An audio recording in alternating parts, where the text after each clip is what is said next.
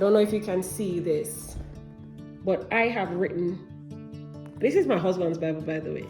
If you find another Bible, that's how I do it. Whichever Bible I catch, I write up in there. The other Bible study method is to read the whole entire chapter. If you're not getting the chapter, read the chapter above, read the chapter below. Let the Bible explain itself. So I'm going to Matthew 24, and this is a verse that a lot of people, I've realized, have misunderstood. Matthew 24 verses 40 and 41. Then two shall be in the field, one shall be taken and the other left. Two women shall be grinding at the mill, the one shall be taken and the other left. So there are two things talking about here. Two people are together, one is taken, one is left. So it's either the taken that is good or the left that is good. Meaning two actions are done. Is it the person that's left in good standing, or is it the person that's taken?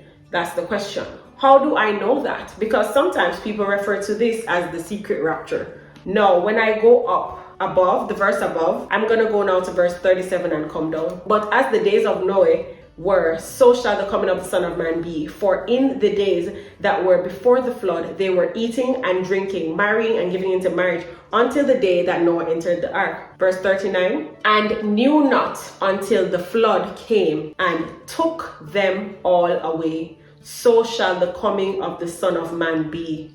Then, verse 40 now, then shall two be in the field, the one shall be taken away and the other left.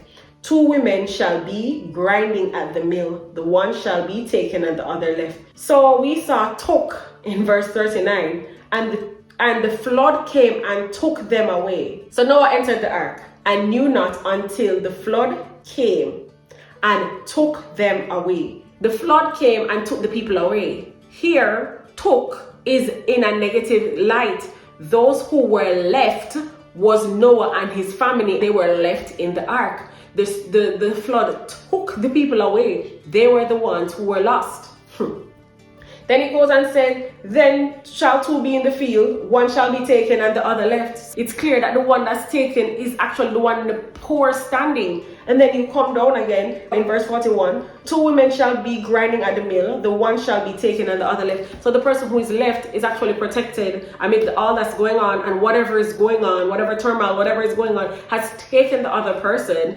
and they are not in good standing. And I was like blown away by that verse, because the point is you have to read above, you have to read below. You can't take a random verse and don't even read the surrounding verses to see what's happening. You understand? And this is talking about when God comes. So the things of this world, whatever turmoil, whatever pestilence, whatever is happening, is taking these people away, and they're not being left behind and protected. Like God is not there protecting them amidst all that's happening. They have chosen their side. Just like when Noah entered the ark, he was in the protection of the ark, in the protection that God created.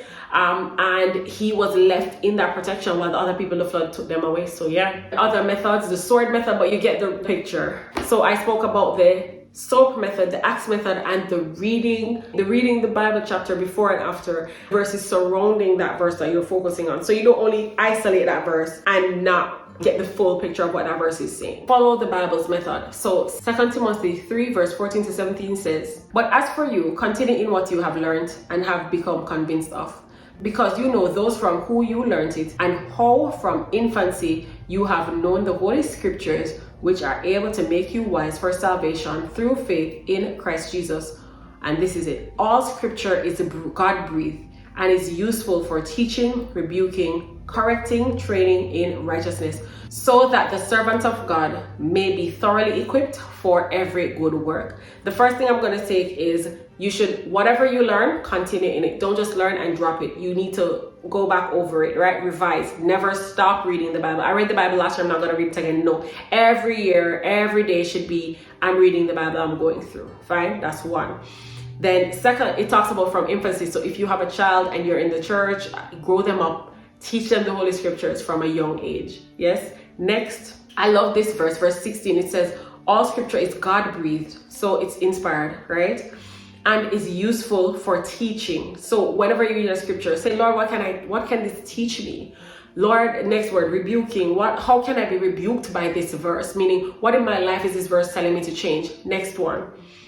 Correcting, same thing. How can I use this verse to correct my ways and become more like you? And training. How can I be trained in your way, or how can I train my child using this verse? In righteousness. And of course, he will equip us for whatever he has us to do.